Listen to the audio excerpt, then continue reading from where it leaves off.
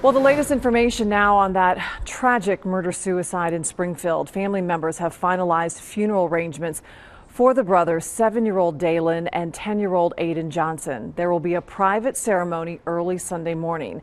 A public memorial service will be held later in the afternoon from 2 to 5 p.m. at the Jackson-Lytle-Lewis Celebration Center on North Limestone Street.